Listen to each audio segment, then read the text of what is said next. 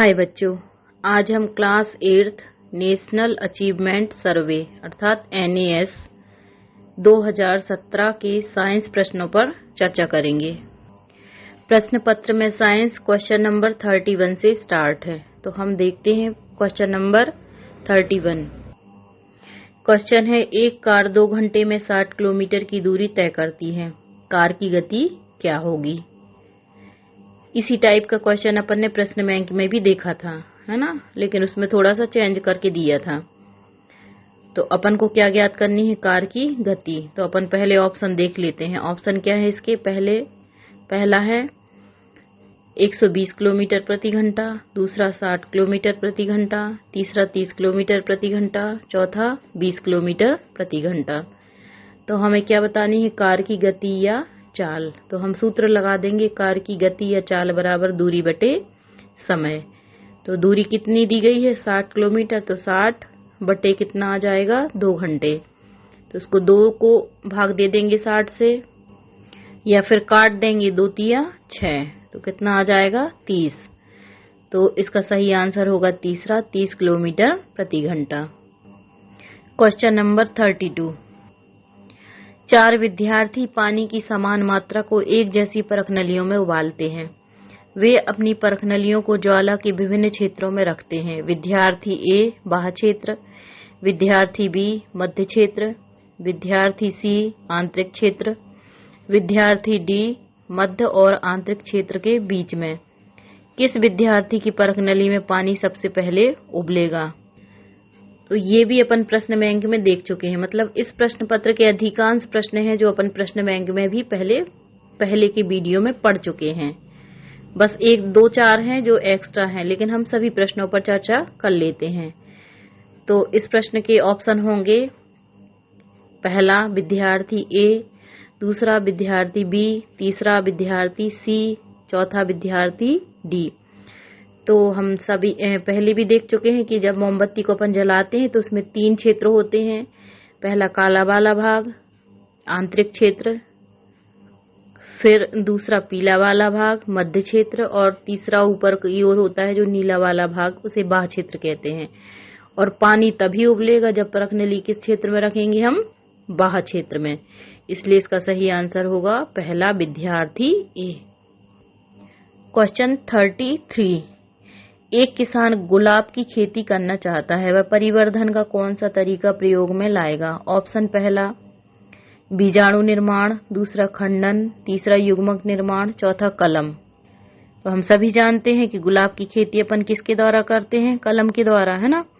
तो इसका सही आंसर चौथा होगा कलम। क्वेश्चन 34। आपके विद्यालय के प्रांगण में एक वृक्ष है, यह पतझड़ में अपनी पत्तियां गिरा देता है। इन पत्तियों के निपटान का सर्वोच्च तरीका कौन सा है। ऑप्शन पहला पत्तियों को विद्यालय के प्रांगण के बाहर जला देना, दूसरा पत्तियों को आसपास के जल क्षेत्र में बहा देना, तीसरा पत्तियों को एक गड्ढे में डालकर कंपोस्ट प्राप्त करना, चौथा पत्तियों को विद्यालय के प्रांगण में बिखेरे रहने देना। तो पहला है जो उसमें विद्यालय के प्रांगण में जला देने से वायु प्रदूषण होगा, दूसरा जल क्षेत्र में बहाने से भी जल प्रदूषित होगा, पानी भी सड़ जाएगा, है ना। और चौथे में यदि विद्यालय प्रांगण में बिखेर देंगे तो भी गंदगी दिखेगी, साफ स्वच्छता नहीं दिखेगी। इसलिए इसका सही आंसर होगा तीसरा, गड्ढे में डालकर कंपोस्ट प्राप्त करना, अर्थात उससे अपन क्या बना सकते हैं, खाद बना सकते हैं। क्वेश्चन 35।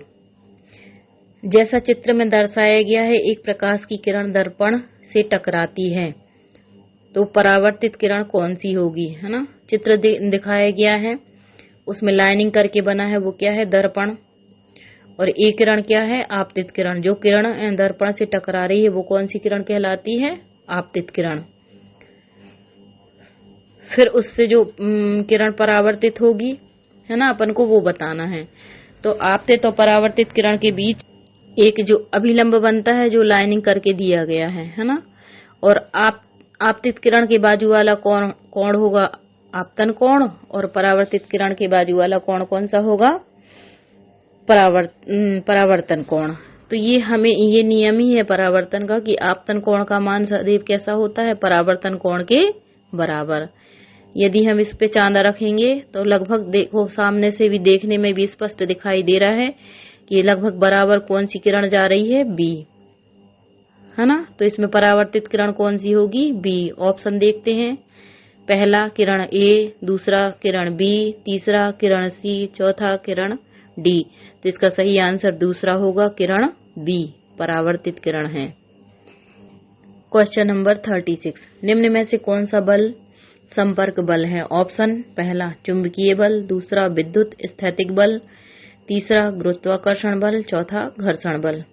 चुंबकीय बल चुंबक के द्वारा लगेगा, है ना, तो होगा नहीं। विद्युत स्थैतिक बल होगा नहीं। गुरुत्वाकर्षण बल वो है जो पृथ्वी को किसी भी वस्तु को अपने एक विशेष बल से खींचती है, उसे गुरुत्वाकर्षण बल कहते हैं, तो ये होगा नहीं। तो जो संपर्क द्वारा लगेगा वो इसमें क्या होगा, घर्षण बल, है ना, क्योंकि हम जानते हैं कि घर्षण बल हमेशा दो सतहों के मध्य लगता है, इसलिए इसका सही आंसर होगा चौथा, घर्षण बल।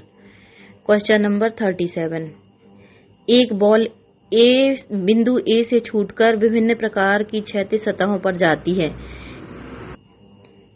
किस सतह पर बॉल अधिकतम दूरी तय करेगी। ऑप्शन, पहला ईंट, दूसरा सीसा, तीसरा सीमेंट, चौथा कीचड़। तो ईंट पे अधिकतम दूरी नहीं तय करेगी क्योंकि उस पे घर्षण बल थोड़ा सा ज्यादा कार्य करेगा। सीमेंट पे भी कार्य करेगा और कीचड़ में तो फंस जाएगी गेंद, है ना, इसलिए। और लेकिन शीशे पे क्या होगा, घर्षण बल कम कार्य करेगा, है ना, घर्षण बल क्या करेगा, कम कार्य करेगा और बॉल कहाँ जाएगी, अधिकतम दूरी पर, रुकेगी नहीं। तो इसका सही आंसर होगा दूसरा, सीसा। क्वेश्चन 38, तालिका में 4 शहरों का किसी एक दिन का तापमान और एवं वर्षण दिखाया गया है, तो बताना है कि किस शहर में हिमपात हुआ है। तापमान शहर ए, बी, सी, डी। तो शहर ए का निम्नतम है 18 सेल्सियस,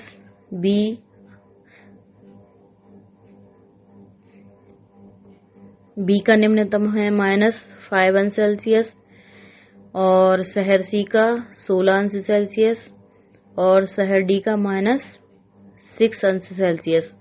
अधिकतम शहर ए का 42 सेंटीग्रेड, बी का 7 सेंटीग्रेड, सी का 30 सेंटीग्रेड और डी का 6 सेंटीग्रेड। और वर्षण अर्थात वर्षा या नमी, तो शहर ए में 0 सेंटीमीटर, बी में 5 सेंटीमीटर, सी में 2.5 सेंटीमीटर और डी में 0 सेंटीमीटर।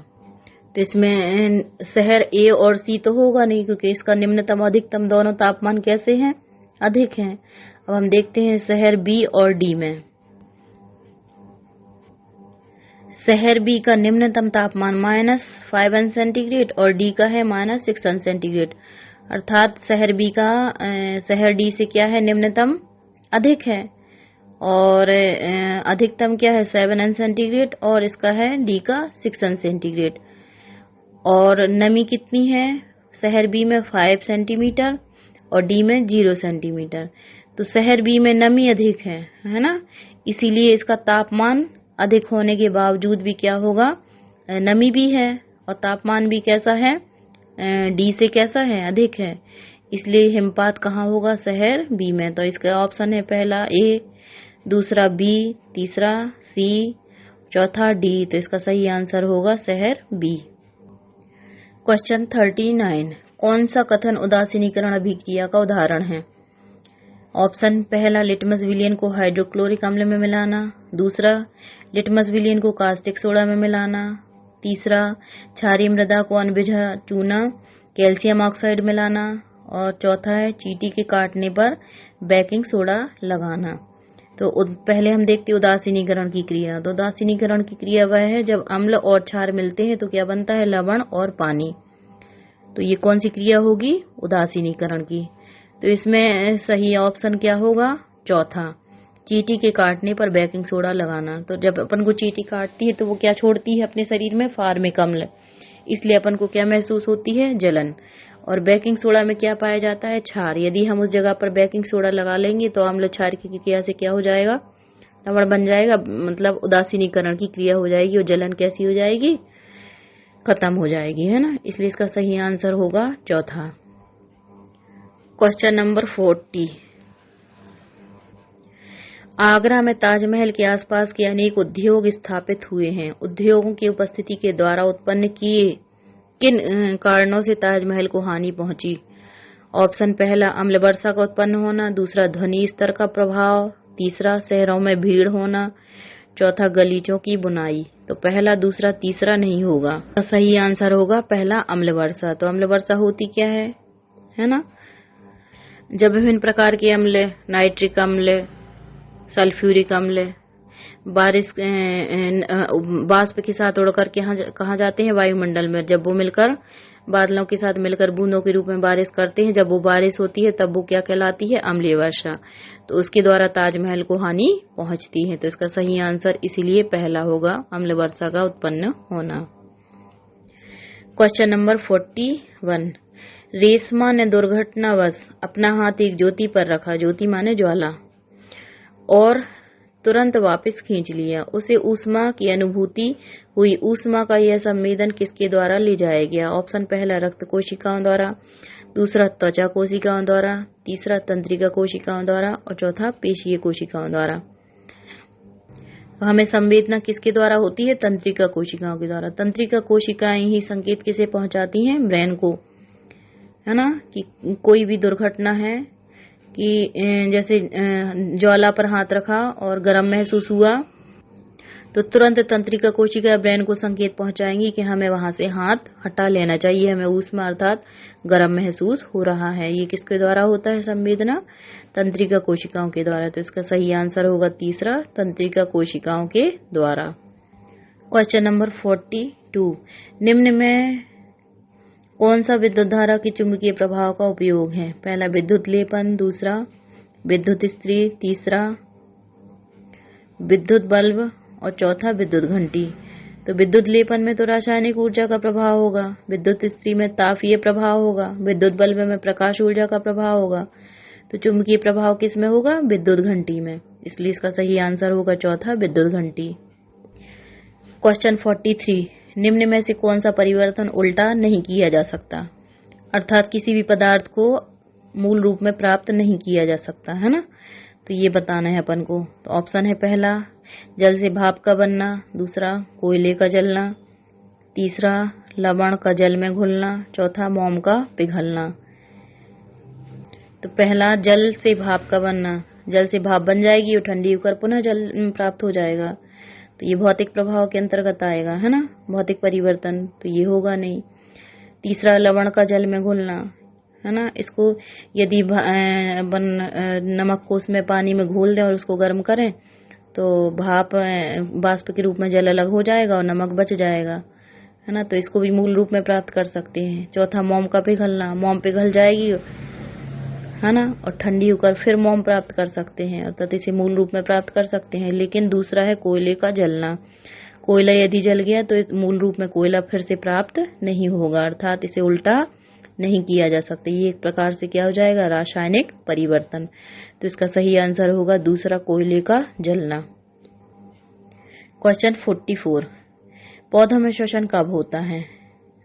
ऑप्शन पहला, केवल रात्रि के समय, दूसरा केवल दिन के समय, तीसरा हर समय, चौथा केवल जब प्रकाश संश्लेषण नहीं होता।